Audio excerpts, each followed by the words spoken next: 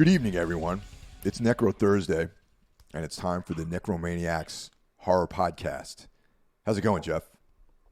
Going all right, man. How are you? I'm doing fair, let's say. I'm doing fair today. All right. Yeah. Okay. Well, it's better than bad. Yes.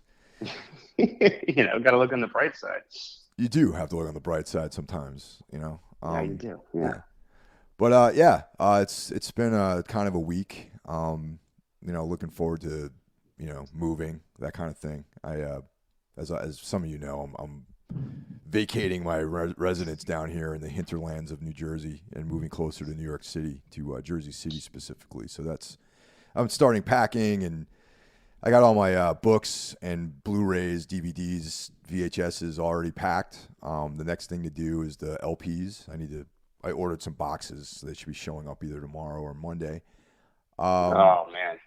Yeah, but those are like the major things that are going to be a pain in the ass. Like the last thing is the LPs. My CDs are actually still packed from when I moved in here, so that's already done. They're in boxes, and then it's just clothing, and I'm probably going to throw away a bunch of the shitty IKEA furniture that I have. And That's definitely a solid idea. yeah, IKEA is good for like towels, and like Yeah. if you want to buy like knives for the kitchen and stuff like that. But their furniture is pretty shot. It is, and half the stuff in my room is IKEA stuff. But if we ever move again, that shit's, it's not coming with us. Yeah, I mean there's like two pieces that I'm gonna hang on to, but the most of the stuff's a dime a dozen. You just pick it up. Like they're great. Those was it Calyx, the things that a lot of people use for their records. Oh yeah. Yeah, that's I think it's called Calyx. That's useful, but I'm not taking with me. I was gonna throw it out and buy another one. Yeah, exactly. Yeah, I mean, having just moved across the country, I know how stressful and like you said, like, oh, I got the hard part over, but then like when you're packing, you realize all these little fucking things you didn't think of. Well, my office is packed up. All that stuff's packed. Everything. The only thing I have that's stuff I'm gonna need for the next month or so, I have out. But all the little staplers and fucking pencil sharpeners and all that stuff's already packed away. Yeah. Okay. Yeah. And did you hire a moving company? I'm going to hire. I got to figure out my move date exactly because my lease starts on June 1st, but I have to be out of here on the 18th, and June 1st is the Nightlands Festival. So that weekend, I'm not going to move because I'm going to be down at the Nightlands Festival for Cadabra Records, and so I'm probably going to move the second week of June, but I want to dial in exactly which date I'm going to do it, and then I'm going to hire the mover. Yeah. Yeah. Definitely, that's the way to go. Is to hire movers. If we tried to do this ourselves, it would have been an even bigger headache. It's expensive to hire movers, but well worth it. There's no way I'm going to carry furniture upstairs at this advanced age that I'm at right now. My back will never. I'm too old to be doing these things. I'm falling apart, man. I can't be carrying chairs and couches up the fucking stairs. No way. Yeah, fuck that. I mean, unless you're getting paid to do it, no, I'm not doing it. Yeah, I just don't have my joints are shot and like I can't do it. So I'm not strong enough to do those things anymore. Yeah, hey, it happens to the best of us. Yeah. So that's that's looming ahead. That's once again I mentioned Nightlands Festival, but that's like anyone who's familiar with Cadabra Records, they have their first festival. They're going to do it every other year to offset Necronomicon. So it's never going to be the same year that Necronomicon happens, which is the Lovecraft Weird Fiction Festival in Providence.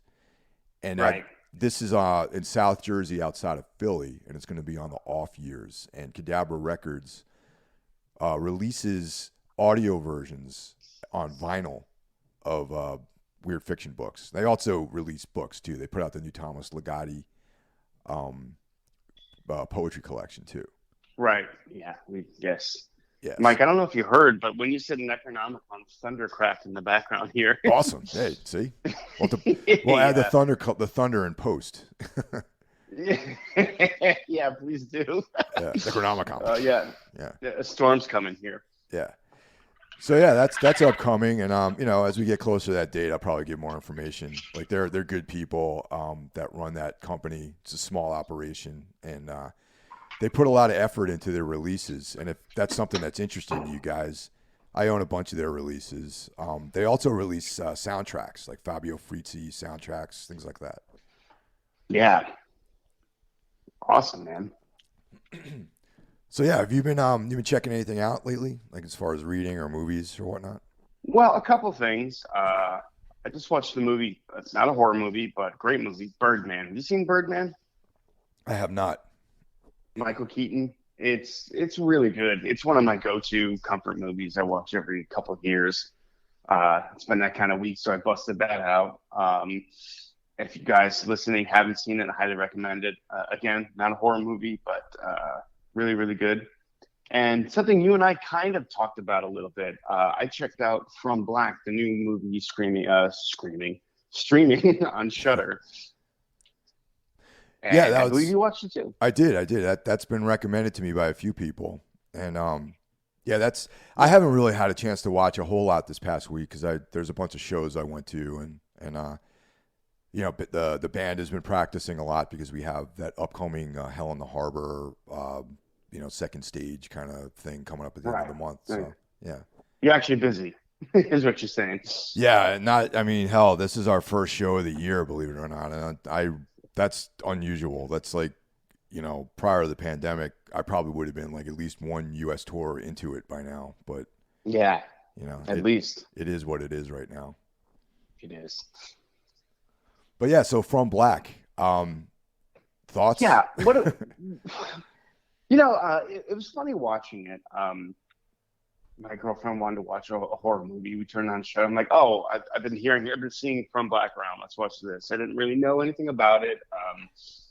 It started off really good. I'm like, this is surprisingly really well acted. I don't know most of the actors in it, but they're all doing a fantastic job.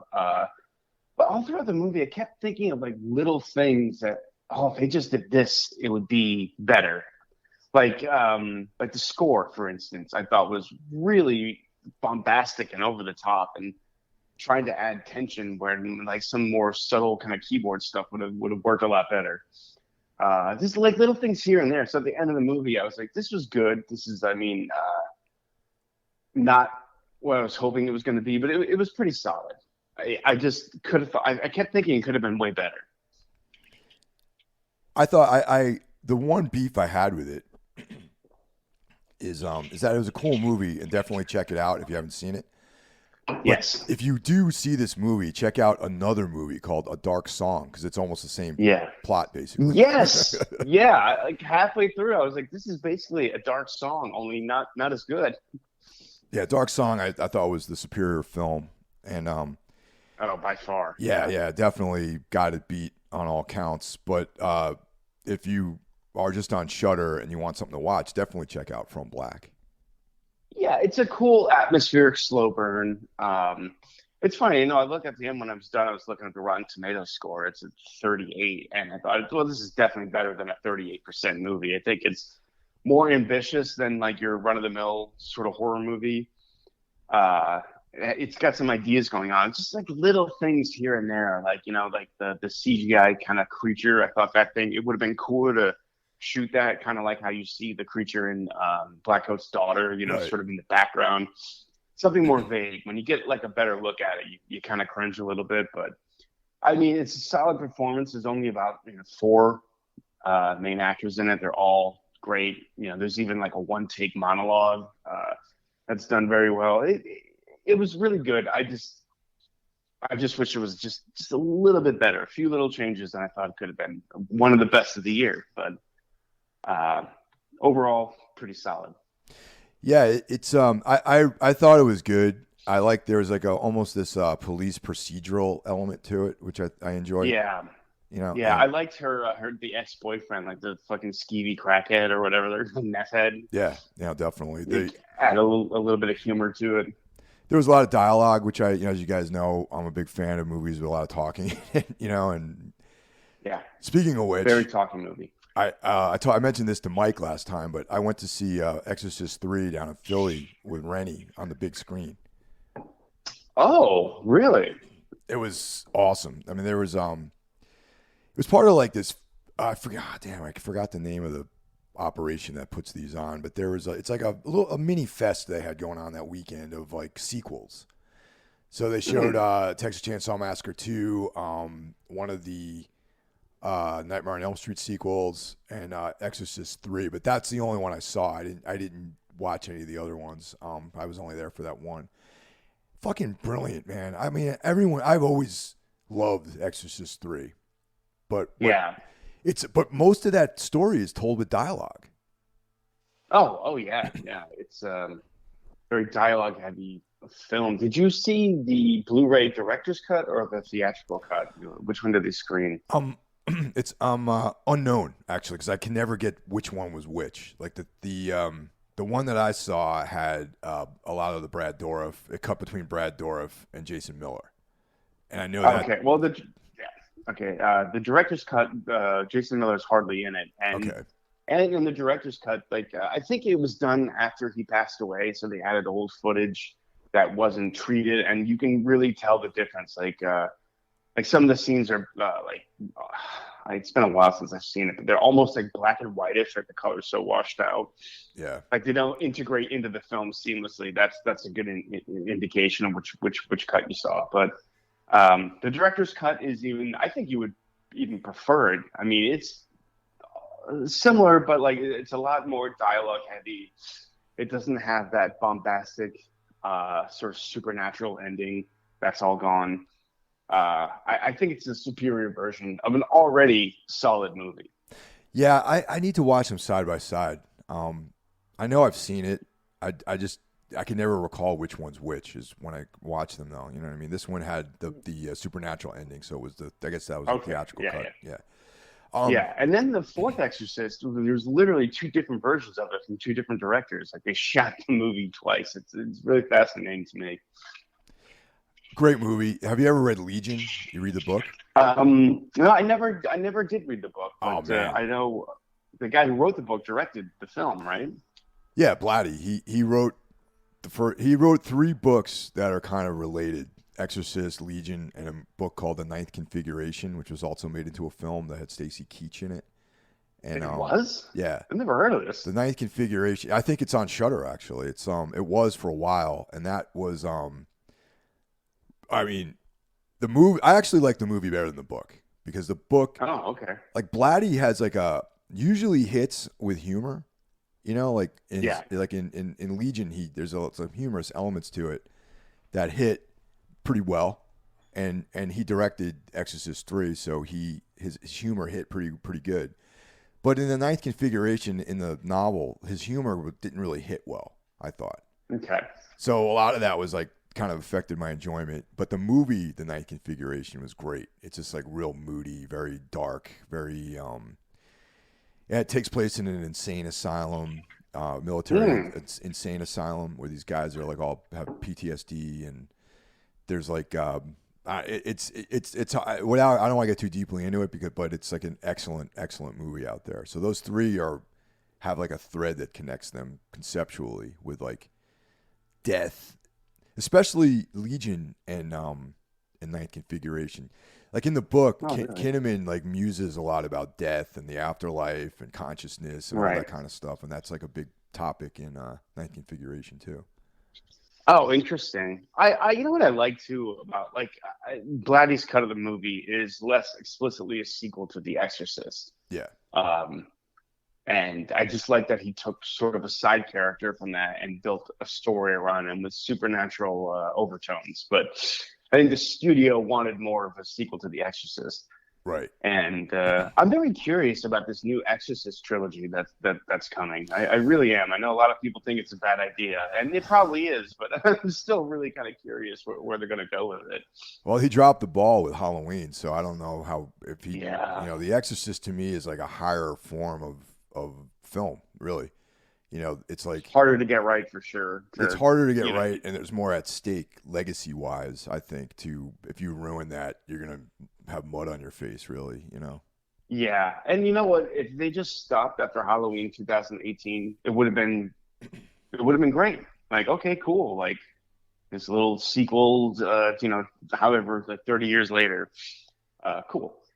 But they just kept going, and that's where they That's where I think they dropped the ball. They had a great idea for one movie, and now they need three, and there just wasn't enough there. Like I just don't. I thought that was misguided, and I hope that they don't do the same thing with The Exorcist. But we'll see. We'll see. I always keep an open mind. I hope so. I mean, I've seen some footage or some stills from it, and it actually looks kind of cool. So, maybe we'll see. I just read that Reagan is indeed coming back. Oh, good. Yeah. Because I mean, you're gonna kind of need. She's still alive. I mean, so why not? Yeah. And I know she doesn't act anymore. She raises like horses or dogs or something. I don't know. But she's still around. And if you're gonna make an Exorcist movie, I can't see how you could not have her. I agree. Definitely.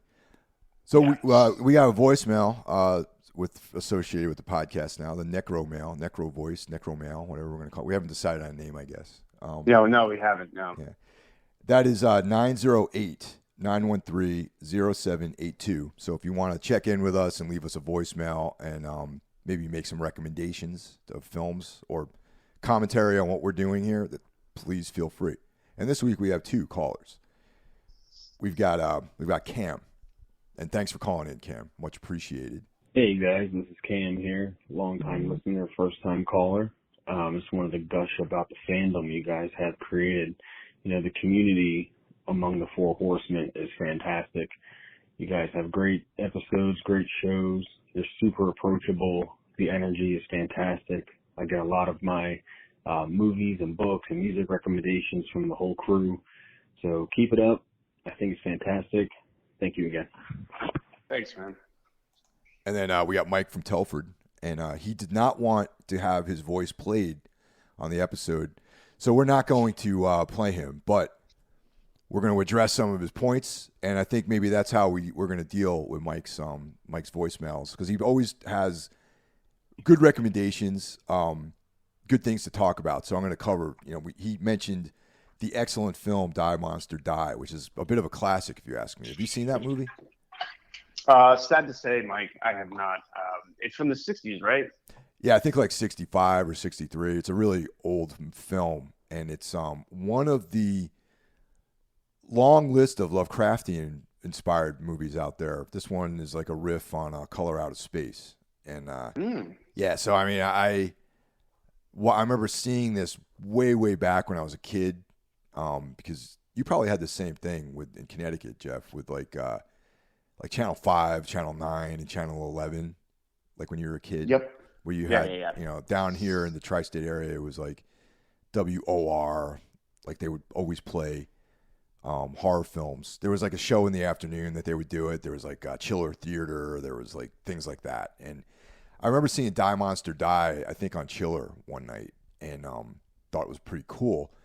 And then later on, when I discovered H.P. Lovecraft, I found out that this was actually kind of like a riff on Color Out of Space. And of course, it's like a vague, subtle.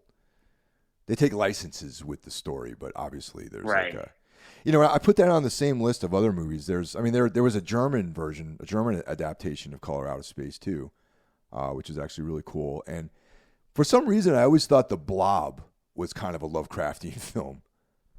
Yeah, now that you mention that, I can totally see that. Yeah, obviously a bit more campy and whatnot, but yeah, I can see the connection there. Yeah, definitely. I mean, there's like Shoggoths and things like that. These kind of amorphous, like, blob-like things. And I always imagined that the blob would be some kind of like a Shoggoth or something. Yeah, and more Lovecraftian than the movie we're about to discuss, oddly enough. Oh yeah, definitely. Yeah, weirdly enough. But before we get going, I want to just give props to our the other guys out there in the necrosphere, in the out there in the Four Horsemen of the podcasting apocalypse. And of course, on Monday, we kicked the week off with Brandon's podcast, Brandon Legion with Horror Wolf 666.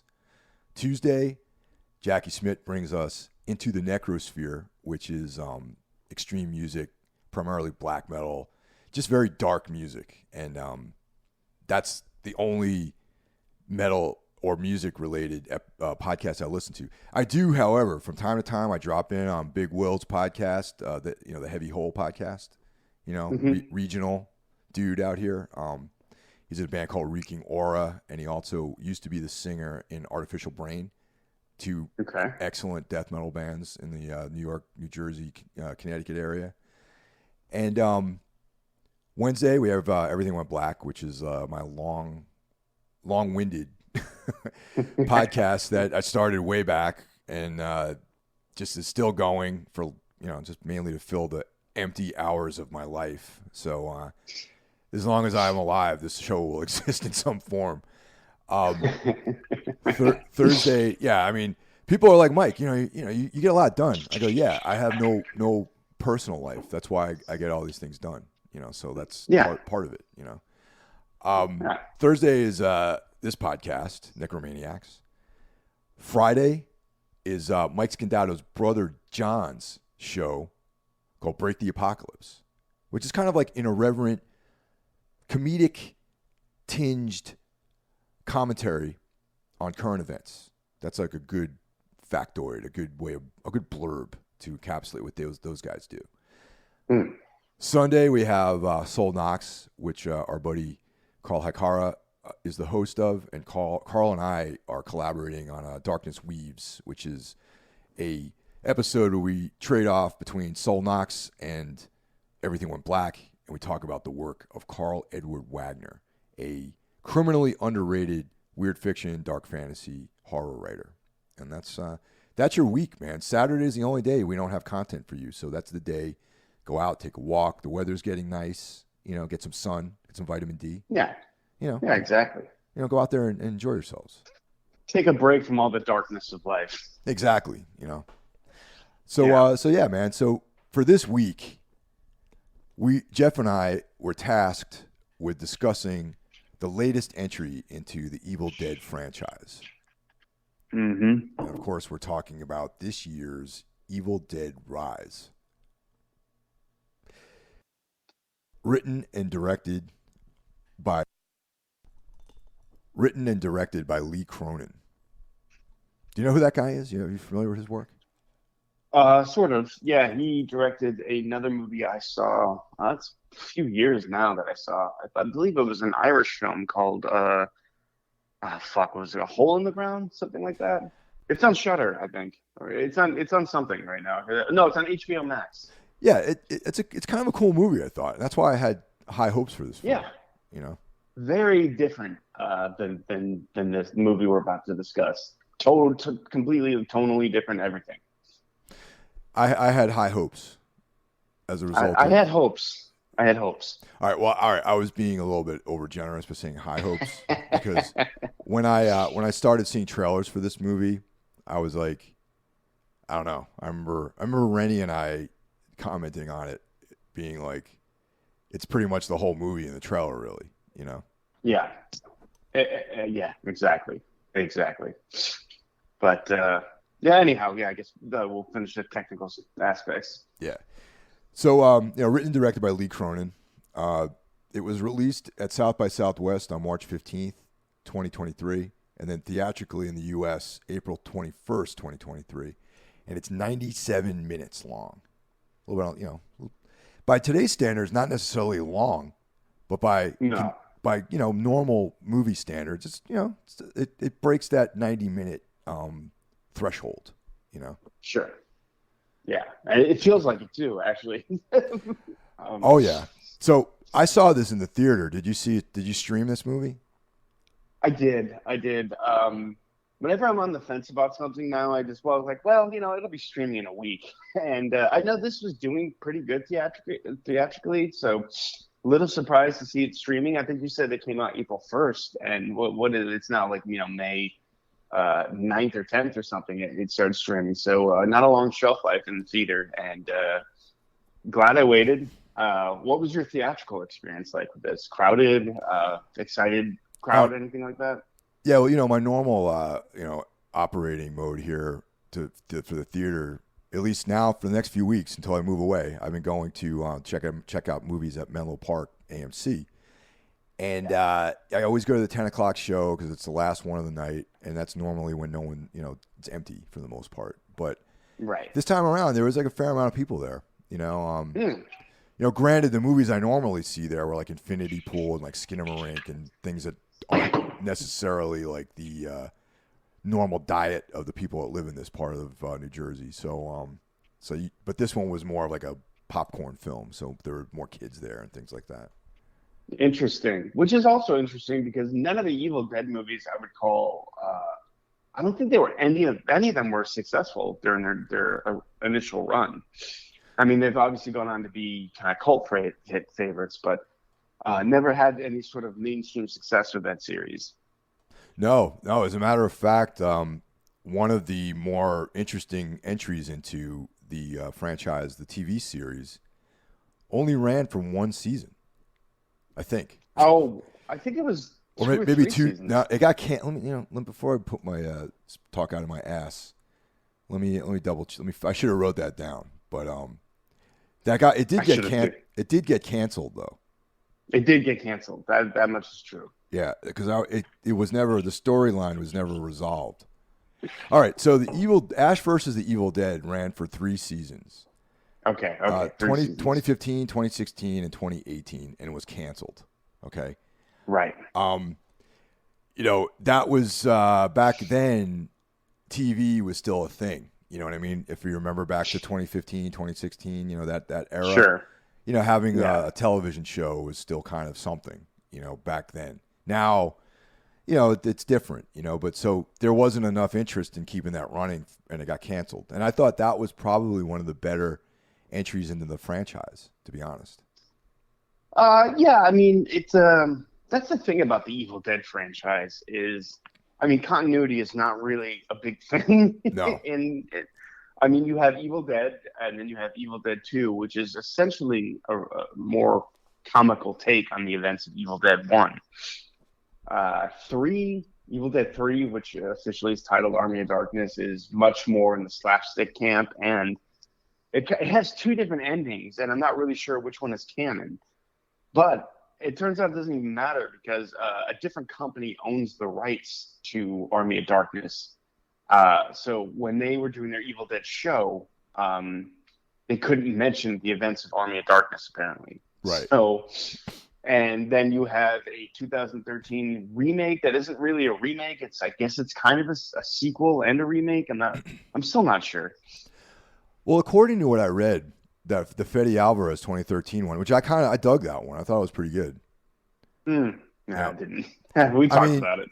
I think in comparison, in contrast to the new one, I like it. You know what I mean? It's not so much at the time I wasn't enamored with it, but looking back, I kind of appreciate it more now. Well, it's Godfather compared to this. Yeah. Yeah, and there was like plans to connect his universe with the Army of Darkness universe. Right, because Bruce Campbell does show up in the Evil Dead remake very, very briefly to kind of, deliver his signature line of groovy, and that was that. But that it was that never got realized. So now we got this movie. 10 years later at that. It's been 10 years since the remake, and it's just very odd to me, like I'm like, are people clamoring for another Evil Dead movie since none of these have done well? The show didn't do that well. The remake did okay, and now here we are 10 years later with a new Evil Dead movie where I'm not quite sure where it fits in with the other movies, but I don't know. I guess we'll see. This was successful, so I guess we're going to get more of them. Yeah, I think that mainly just the last few years upswing in horror movie commercial success might have inspired them to make an Evil Dead remake because it is an IP that people are interested in. Maybe not to the extent that Halloween is like a big blockbuster type thing, or but Evil Dead is like you see it's a horror con favorite. People are down with Sam Raimi. They love the Deadites like that. There's a subculture around the movie. So maybe with the success of mainstream horror, they decided that it's high time for an Evil Dead chapter to be introduced again. Yeah, and it's vague enough where you don't really need to know about the other movies, and it'll get people excited about a new Evil Dead movie for the people who are fans Yeah. of these movies. Well, I guess I mean then, yeah. for the record, the first film is probably one of my favorite horror films of all time. Actually, Yeah, okay. The second one is one of mine. yeah, the first Uh, one just a grimy. I love the first one. It really scared me, like when I was a kid and I yeah. watched it, and it reminds me of like listening to like a demo of like like a black metal band or one of those old death metal like cassette demos of a band that actually might have if you have like a demo of like Morbid Angel or something like that, it's like Right. this grimy, like, really raw version of stuff that might have got played out a little bit differently, and that's what Evil Dead, the original film, reminds me of, that kind of feeling.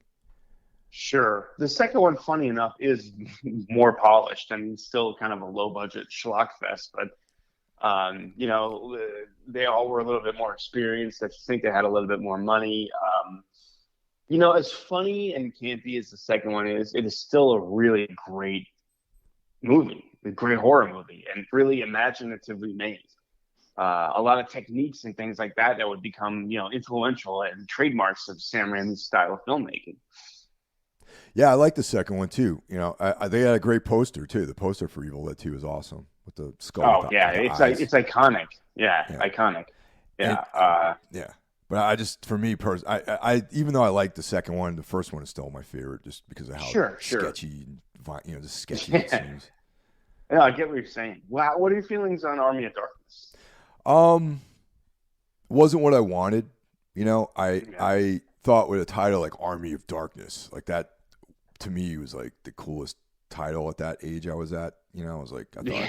I thought it was gonna be like this super brutal, like dark film, but it's fun. It's fine. I don't have a problem with it. It's like, Yeah. it's good. I don't really. It's not my go-to, but I acknowledge it. Like, it's cool. Yeah, I like it. It's funny. It's really like Bruce Campbell really just hamming it up in that. Yeah, and I love Bruce Campbell. Like, how do you not like He's that the guy? best. Yeah. Yeah, and we mentioned, you were a little hotter on the remake than I was, and the show was fine, but maybe it was too much of a good thing. Bruce Campbell's quippy Ash maybe is good in smaller doses, maybe not for like an entire like 3 season run of a show. It's kind of how I felt about that. I really liked it, man. It was one of those shows that at the time I still don't have like a actual cable TV like connection, but back then you could subscribe to TV shows on your iTunes account. So that was a film that was a thing Wow. that I used to do. Is well, I mean, you can still do that actually. Where a current show on iTunes, you can just subscribe to it, and then the episode comes out like the day after it airs. Oh, okay. Now, I mean, now there's other ways of watching shows, but that's how I used to do it back then, and that was something that I did with Evil Dead, Ash versus the Evil Dead. Yeah, okay. So this is a series that we both like enjoy, and I like it. I keep it up on. I saw they were making a new one. Bruce Campbell and Sam Raimi are involved, and like I said, I was like, yeah, I'll look forward to it, but I don't expect it to be great. Saw the trailer, looked, whatever. Decided to sit this one out and wait for streaming, and yeah, here we are in 2023. A new Evil Dead movie that sort of kind of ties into the other ones, maybe. I don't know. I'm gonna run down the characters real quick. We have Lily Sullivan as Beth and Alyssa Sutherland as Ellie and their sisters. Morgan Davies as Danny. Gabrielle Eccles as Bridget. Neil Fisher as Cassie. Richard Crouchley as Caleb. I'm gonna just go through everybody that's in the film since I have it written. Okay. Mirabai Peace as Teresa, Anna Marie Thomas as Jessica, Jaden Daniels as Gabriel, Billy Reynolds McCarthy as Jake, Ty Wayno as Scott, and Mark Matchinson as Mr. Fonda. And there's a Bruce Campbell voiceover in there. Oh, you did catch that then. Yeah, yeah. So it's his voice that is part of the incantation. So yeah. Yeah. So making it a sequel, or at least in the same universe. I'm reading this as being all right. This is how I'm reading it. I don't think that Bruce Campbell is necessarily Ash. I think that this probably. I mean, how did Ash read the incantation, or like in the original film, there was a tape recording, right? Right, but okay. I read it as this when they're listening to the vinyl because it's on vinyl now. Yes. Um, Yeah. It there's wasn't on someone vinyl in the yelling. '80s though. It was on a cassette in the '80s. Yeah, a little bit of a bizarre take, but one of the few, like one of the many problems I have with the movie, I guess. But there's someone when they're listening to the vinyl, it says, "Don't read from the book." It's clearly Bruce Campbell. Right. I took that as Ash because time travel is a thing in the Evil Dead Yeah. movies. Okay. So Okay. maybe Ash was going through time trying to stop the Evil Dead from being released. That's how I took Oh, it. dude. So Okay. All right. I'm down with that. I like that. Okay. So, yes. Okay. So I see this as like, definitely not a sequel, but connected to that universe then. Okay. yeah, that's how I took it. I could be way off. So, So who knows? so the Deadites are like this thing that exists, and there's not that the thing that happened in the original in the cabin. Well, it's clear that it happened in other places because the movie opens with these two chicks out there in the woods, and you think this movie's going to take place in the woods, and Yeah. one of them gets possessed by a Deadite, and there's a little bit of carnage there. So yeah, she scalps herself, that sort of stuff. Yeah, I gotta say it's a pretty cool opening. I like the opening drone shot that mimics the signature Evil Dead shot of the evil kind of going through the woods, and you see it POV style with the camera. Yeah. But it's a trick. This is a drone, and yeah, it starts in the woods. It's probably like like a 5-6 minute cold open. And a bunch of people, a couple of people die, and then it cuts to the city, Los Angeles, which is clearly not really Los Angeles, but whatever, that's Yeah. fine. And then it says one day earlier, so the first 10 minutes of the movie take place after the rest of the movie, which I don't know, man. It seemed like a huge, kind of like waste of time. It wasn't like this significant moment, the opening. It wasn't like the demons are out and it's the apocalypse. It was just sort of this isolated incident. I thought the opening would have been better. I thought it would have been better, like maybe give a little history of the Necronomicon, the building Yeah. that they're in, how like the Necronomicon is buried in this building. That would have been like I think a better setup to the movie.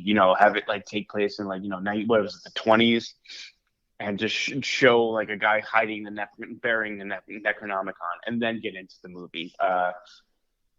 Maybe I'm being nitpicky, but I just thought, well, what was the point of that? Yeah, I agree. Some exposition about the Necronomicon being in that building would have been great. It like this kind of Lovecraftian element of it, because it kind of has that vibe where there's some book, that obviously the Necronomicon is a Lovecraft, reference. Right. Yeah.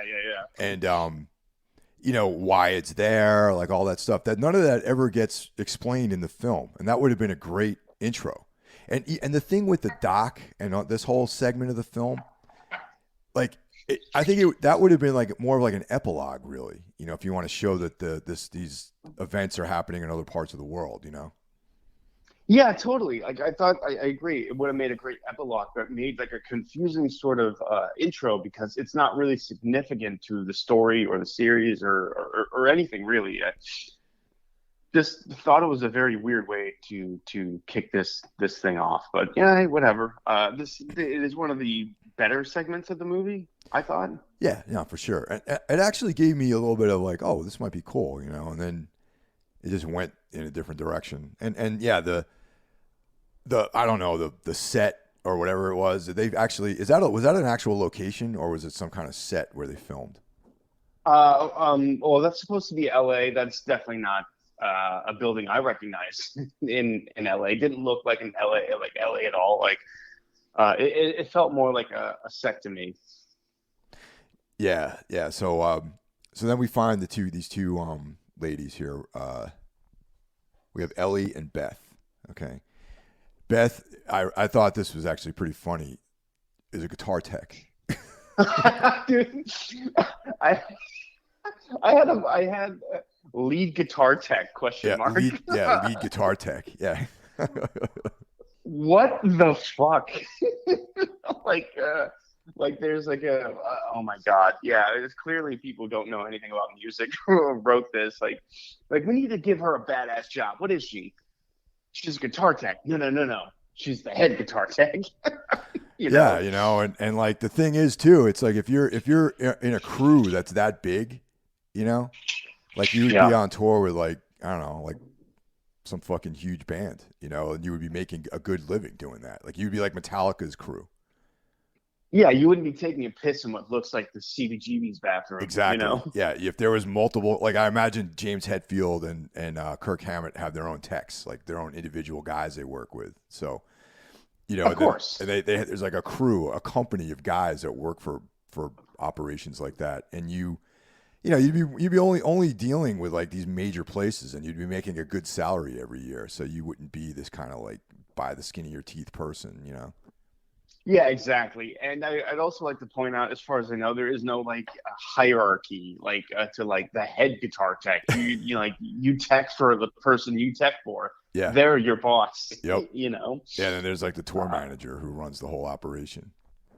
Yeah, exactly. And, I got a peek behind the curtain into bigger touring when Ice is touring the Tool. And, there's a stage manager, there's a lot of bigger things. But, Adam's guitar tech was still Adam's guitar tech. That's his job. He didn't answer to another tech, Yeah. It was just obviously bizarre. And her sister is a tattoo artist. And, again, she doesn't look like one. No. Because every tattoo artist I know is like covered with tattoos, like on their neck and every hands, like everything, Yeah, and she's got 2 teenage kids, so she's been tattooing for a long time. So yeah, of course, like there, at least like a sleeved arms or something like that. It was again, just felt like punched up script idea. Like she needs to have a cool job or a tattoo artist, but she didn't look like one at all. Bad casting in that regards. Yeah. And again, like tattoo, like that's a great profession, but she's living in this like kind of fucking rundown dump of an apartment. That's true, actually, because I mean, some of the guys that I know that they're expensive, man. To get tattooed is expensive, but it is. Yeah, but that then again, maybe she's not on that upper echelon of tattoo artists either, Yeah, maybe not. They don't really kind of explain any of the backstories to any of this. Like, what's her name? The head guitar tech, lead guitar tech, is constantly referred to as a groupie for some reason. Like it's, like she has to keep justifying that. I'm not a groupie. I'm a guitar tech. Like, okay. It just seemed odd to me. I was like, is that supposed to be funny? Yeah, because like most ladies that I know that are part of crew, the crew world, like they are clearly not groupies. You know what I'm trying to say? Right. Like they're like these kind of, they have like, they have like those Leatherman knives and stuff. You know what I mean? They're like, what I'm trying to say? They're like, yeah. They're like more like down. They're like not these like kind of, groupie-esque ladies. Yeah, nothing drives me crazier too than like details like that. Like you clearly don't know about the whole music world. Why are you even bothering? Like just make like you know what I mean? Like it just felt so written and inauthentic. It really set the tone for like right when that scene came on. I was like, all right, I'm starting to hate this movie already. Or the tattoo world. I mean, they could have put a bunch of makeup on her too and they inked her up. Yeah, or I mean, I understand why she was cast in this part. She obviously can pull out like most of her role is spent as a deadite. So, right. And she does that great. She's really great. But the tattoo artist thing just wasn't buying it. I really think honestly, like a lot of that was just to foreshadow things that would later happen in the movie. I see. Like, oh, we need like, the tattoo gun for what's going to happen later. Things like that. Like it was that's kind of cheap. Odd choices. That's kind of cheap, I think. Yeah. Yeah. Well, like, one of the daughters is a DJ, or a wannabe DJ. And then they find the Necronomicon and it's on vinyl, or not the Necronomicon, the readings, and it's on vinyl. So, I guess most people you and I know have a record player, but I would say a majority of the people don't. The book is called Naturam Diamanto. That's what that thing was called. The recovering the Necro. That's like the thing that they played. Okay. Yeah. All right. So yeah, you meet like there's basically a mom and three daughters, and they're all introduced as like, like this is who they are. This is their character type. Like Danny's a DJ. I should have wrote though. The other girl is sort of like this, how would you like typical teenager. She's making a sign for a protest. Yeah. I think were they protesting Labor Day or something? I don't know, some shit. Yeah. It was like she's like this angsty like teenager who's wants to be like an activist in some way. Yeah, exactly. Which okay, that rings true. Sure. And she looks the part. She has something about feminism on her door. Yeah. I don't really think it plays into anything in the movie. I don't know. That's fine. And then you meet the little girl who cuts the head off dolls with scissors and makes them into weapons, which of course is going to come back later on in the movie. And so that's basically all you really get to know about these characters. You meet some of the neighbors. And I kept thinking, I was like, Evil Dead in a high rise, that's kind of cool. Could be like, Dread or The Raid or something like that. Yeah. But it's really contained to this floor, and even more so contained to the family. Yeah, but there's also an element of the building was like, everyone was getting evicted too, I think. So that's why there was like not that many people in the building. Okay. All right. Yeah. It had this like empty, sort of desolate feel, rundown sort of feel to it. So the sister is like back, visiting from her tour where she's the lead guitar tech, and visiting her not tattoo artist sister, and they go out for pizza, and there's an earthquake, and again, man, like they're acting like the earthquake was like this really horrible apocalyptic thing that happened. And like, we can't leave the house again. Mom won't let us go outside because I remember the characters need to go look for something. Or no, she wants to bury the book. But yeah, there's an earthquake. They find a tunnel or something, and there they find the Necronomicon. Yeah, and that's kind of like where things start, crack-a-lacking. They find that that Naturam Demonto record collection. That's kind of a cool name for a band, actually. Yeah, I have to say one of the few positives of this movie, I liked the design of the Necronomicon in this quite a bit. I like that they added teeth to it. I liked the illustrations a lot that were in there. It was like kind of actually creepy and unsettling. I can imagine sort of going to like an old house or something, or an abandoned house, and seeing something like that and being really creeped out by it. That was cool, definitely. And that's when I started. My interest got perked when I saw that. And I was like, oh, the vinyl records, like that. I don't know. I mean, I guess. Yeah, it's curious what you thought of that. Like, where was this pressed? Yeah, well, who pressed this? I mean? Yeah, it was like some guy with his own lathe, like made those, or I don't know. Like, where would you press something like that? So. Yeah, that was kind of weird. Choice. But then again. And this is the cheapness of the movie. Like the one person was like, the kid was a DJ, so he had turntables. All right, so now he's a DJ because we have to play the records. Okay, but like the simple thing in the first movie was like there was a like this sketchy like reel to reel down there, and that was it. Why I get the idea of wanting. I don't know, like it just didn't really work. I like it better. There's too many things that had to come together, and then you had to make too many leaps of faith for there to be like a box set down there of by Naturam Demonto. Maybe without it, there's no. It'd be cool if there's like a poster or something like that in there too. Like this, like the Celtic Frost box set or something. Yeah. No, and I get what you're saying. It doesn't quite work because I know it's the 1920s where this stuff is supposed to be from. And I would imagine, of course, there was no cassette recordings or anything like that back then. Or was there? I honestly don't know. Somehow they made it work, though. Weird. Somehow they made it work in the first one with just a reel to reel. Like why not? Why that? Like I don't know. That started bothering me. I was like, man, like what the fuck? This is like it's odd choice. Odd choice. It was like we have to fit all these things together, and I just thought it was kind of weak storytelling. I thought.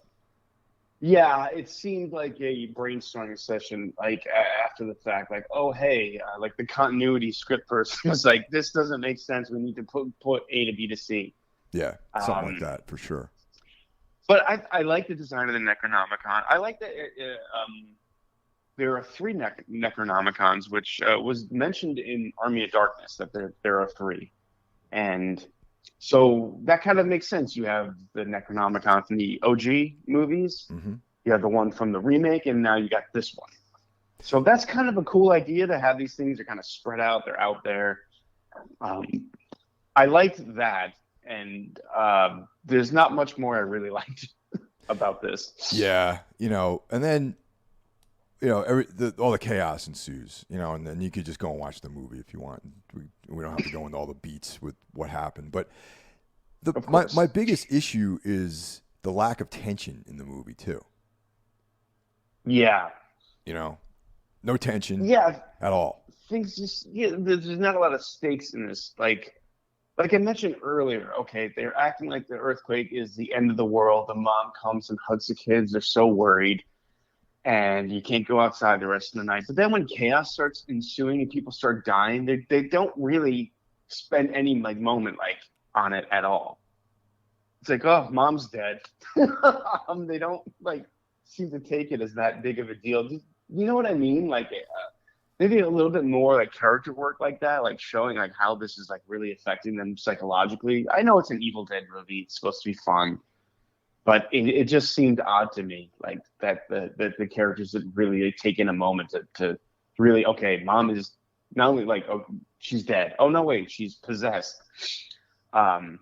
It just seemed strange to me. Is all. No, I agree. Yeah, and okay. The violence was there were some scenes that were pretty cool, visually, I guess. But I just after a while, I just kept, I don't know, I started checking out on this one. Yeah, I did too, and it was a lot of nods to the original. It kept sort of going back and forth. We want to be a homage to the original, but we want to do our own thing. We want this to be more serious, but then there's some really kind of slapsticky, funny thing. There's a scene with an eyeball that mirrors that from Evil Dead 2, and it feels tonally out of place with what I think they were going for, a more serious vibe. Yeah, and then there was that weird creature at the end. Yeah, that's something. Okay, that's something new to the Evil Dead. All the Deadites. Now, correct me if I'm wrong. Weren't the living possessed in the original? Yeah. And not the dead. Yep. And in this, all the living and the dead are possessed. Yeah, that's the thing, man. It's I mean, I don't know if I necessarily have a problem. I don't think I have a problem with that, with the dead being possessed too, because the reality, it's it's kind of cool. It's kind of an interesting wrinkle to it. But there's this kind of body horror-esque thing at the end, which was I guess it was kind of cool. I don't feel any one particular way about it or not. I mean, it added another set piece to the film, which whatever. That's not the fatal flaw of the movie. You know what I'm trying to say? Right. Yeah. It had a final boss kind of vibe to it. So all the Deadites come together. Well, not all of them. I think it was just the family members. Right. And they form one big thing, which I thought was pretty cool. I think it was done mostly practically. Yeah, it had a vibe of like screaming Mad George kind of vibe to it a little bit, Yeah, that's one of the things I liked about it. But everything leading up to that was just sort of a slog, and like you said, I didn't really see a lot of tension in the movie at all. It should have been about them trying to figure out a way to escape, because the elevator is broken, the stairs have been destroyed, and you would think, oh, the fire escape. But then one of the neighbors mentions that I forget why they couldn't get to the fire escape, but it's basically them just sort of sitting around and while bad things happen. And it's just it's not very interesting. I found it boring. Basically, I felt the same feeling. No tension. There was a lot of things I didn't like about the writing, and boring. So Yeah. yeah, not what you want on a Friday night. When you're trying to get your kicks at a horror film. Yeah, and I know. Okay, so maybe talk about the gore, which is what Evil Dead is really known for, and I think it delivers in that sense. I mean, this is definitely as gory as the remake, for sure, and it does have several nods to the original. You have the infamous tree rape scene, which they kind of pay homage to when the mother's in the elevator and she's being suspended by all the elevator wires. Um, so I guess if that's what you want, it delivers in that respect. Yeah. No. Yeah. Sure. Yeah. Like. Yeah. Okay. Yeah. Yeah. Yeah, There's stuff to look at in this movie. Definitely. It does that. But yeah, it's not a poorly made movie. Like it does look good. I like the sort of nods, the rainy work, camera work. Um, that's the stuff in the movie I like. But the gore is the gore. It's fine. It's never been like my go-to for any sort of horror. There's even, like I said, there's a chainsaw in here. There's a shotgun. It feels like there's like a checklist of Evil Dead things that they need to be in this movie. Like, okay, shotgun, chainsaw, so a couple quippy one-liners, Dead by Dawn. Um, there's a wood chipper. I guess that's something new. Um, that's foreshadowed earlier on in the movie, but it just feels like a missed opportunity. Like I said, Evil Dead in a high rise, or it's not even a high rise. I don't know what in an apartment. Like it could have been. It could have been so much more, and instead it was just sort of this dull, lifeless bloodbath. that's a very apt way of describing it. A dull, lifeless bloodbath. Yeah, I didn't think any of the characters were particularly well written or fleshed out at all. The the kids just are just sort of there. I don't know. Like this, I keep hearing about how fun this movie was, and I just did not have any fun with it at all. I mean, maybe it's me. Yeah. I don't know. I didn't either. I was like, I actually had pretty low expectations because the trailer for me, there's something that didn't smell right about the trailer, to be honest. And Yeah. Well, yeah. yeah, and I was just like, I don't know, man. It's like there's like some of the dialogue was like trying too hard, and I don't know. Like it's odd, Jeff, because you know how like I love movies with dialogue. You know how the dialogue is like, I can watch a movie that's all just dialogue basically and descriptions. And Yeah, then sure. you would think like a movie that has the opportunity to deliver dialogue and also the budget to make interesting visuals wouldn't have such poor dialogue. You know what I mean? Yeah.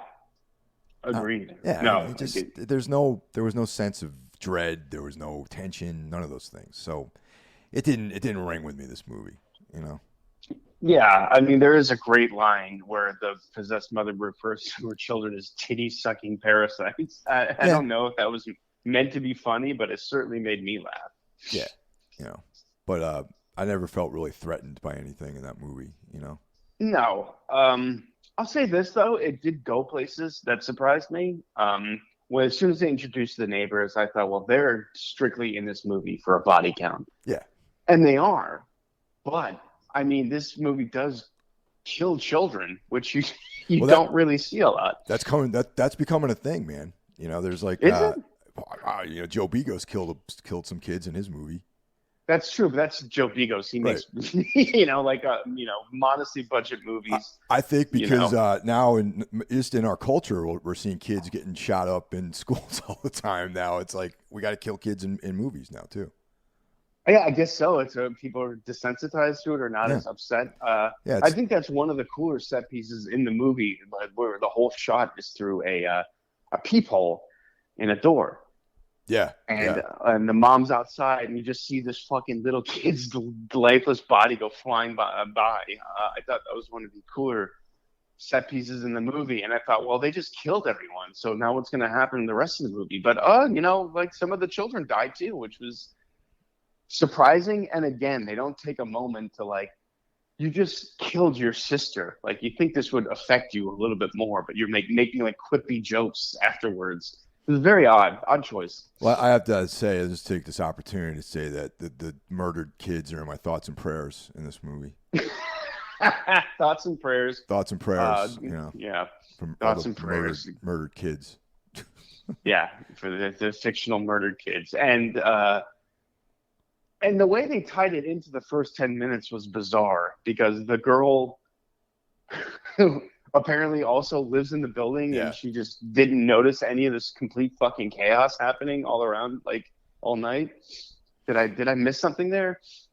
I think like it would have been cool if that just independently happened somewhere else, maybe with another book or something like that. Like that's what I hear what you're saying. Like there's like all this chaos going on the night before, like with the elevator and all this stuff, and she didn't even know anything was going on in the building. So connecting those two, like maybe it would have been better if she was coming home from being out or something and ran into this thing and got infected. Like I kind of like that idea of it being like you have to actually get infected by this thing or something, or have physical contact with it, you know? Yeah, but another thing is the movie kind of sets up that once you possess it, it doesn't take long to fully take over. Yeah. So this girl gets possessed, and then she drives That's to right. a lake. Yep. I don't know about that one. No, I agree with that. You know? I'm with you for sure. Odd choice. That's why I just thought, like, get rid of that intro altogether and make like, a 10-minute exposition of the guy in the bank. He's hiding the book and the recordings before, something like that. I thought, it would have made more sense. I don't know if it would have made for a better movie, because most people seem to think the first 10 minutes of this are the best part of the movie. No. And they probably are, but I don't think it made a whole lot of sense. It's like being the prettiest waitress at Denny's, I guess. Yeah. Or at Shoney's or something, even worse.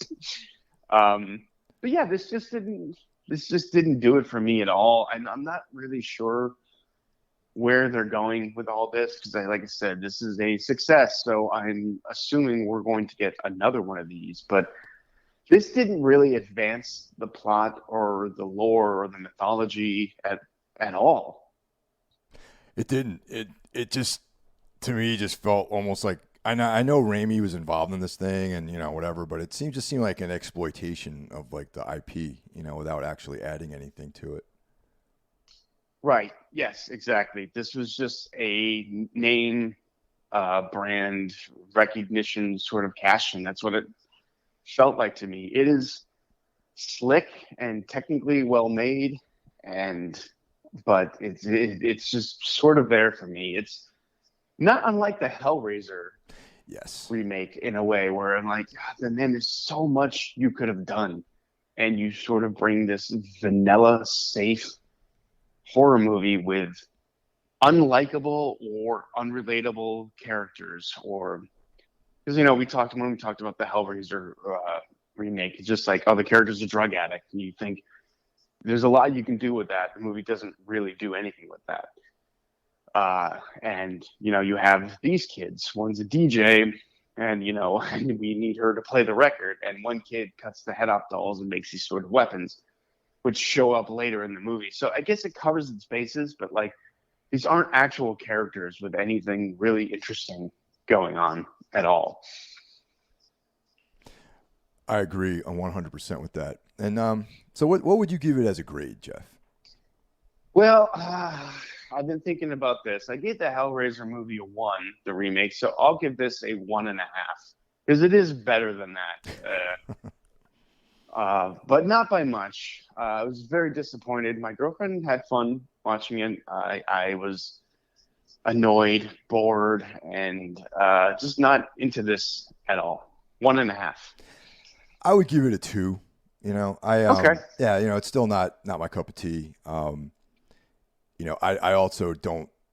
I'm not going to think of other people anymore when I give grades. You know what I mean? Because Yeah, I got into this trend where I'm like, well, for me, I think it started with Skinamarink, because, okay, but that's going to be its own case because that is a very unique situation with that film, absolutely. like there's no disclaimers anymore. It's like, if you like it, cool. But for my opinion, I give it a 2. It was, it was a night out, better than sitting home by myself. I went out to the theater and watched it alone, and that's fine.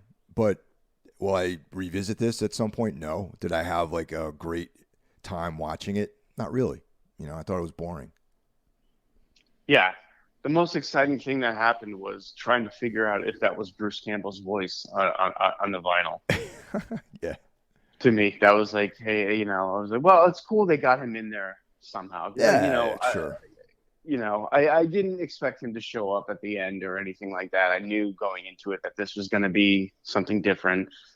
And, Bruce Campbell's getting up there in age and maybe be getting too old to fight Deadites. But if they keep making more of these, he's going to have to show up eventually, Yeah. I mean, maybe they can address that. Maybe the, the timeline is that the original one happened like way back in the 80s, and he's like, I don't know. I don't. Now we're like assuming they're gonna do a good job writing the script, but right. it would be cool if like they did something like that, though. Yeah, and Bruce Campbell's character Ash, he went back in time in the second one, and depending on which version of the third one you saw, he either went too far into the future or went back to present time. There's a lot you can do with this, and it just feels like a real missed opportunity.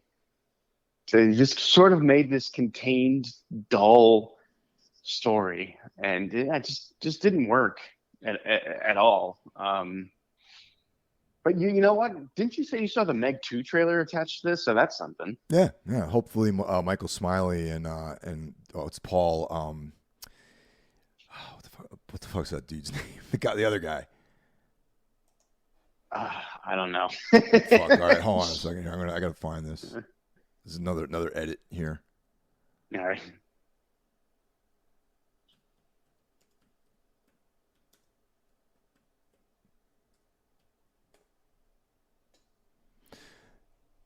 Yeah, I saw the trailer for the Meg 2 in the theater, and the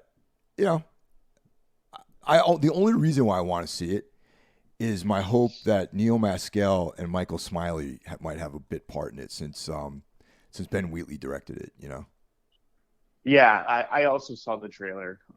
Since I saw this at home, I didn't see the trailer before this, but I did see it. And I was looking for any sort of sign that this is a Ben Wheatley film and couldn't really find one. It would be awesome, though, if those two guys just showed up in the movie, like on a boat or something. They had like a small bit part, They got eaten by a shark. Yeah, like it's somehow in the same universe as Kill List. Like, you open with the end of that. I would fucking love that. But unfortunately, it didn't do it for me. These movies, these classic franchises from the 70s and 80s, and that are getting rebooted and remade.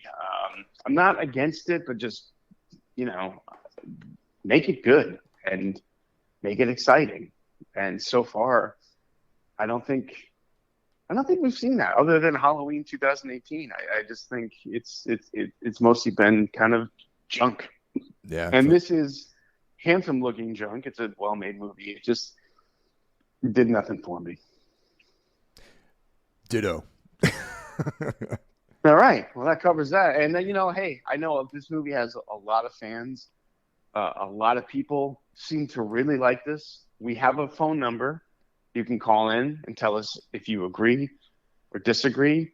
Once again, it is Mike's personal phone number, so call anytime. 2, 3, 4 in the morning. Yeah. He'll be up. I'll be up, staring into the darkness of my room, Yeah, exactly, So you'd be helping him out, too. Come on, guys. There can be something to do at night, to field some of these calls in the middle of the night, All right, well, that covers it, man. All right, guys. All right, man. I'll talk to you guys next week. Take care. All right, later.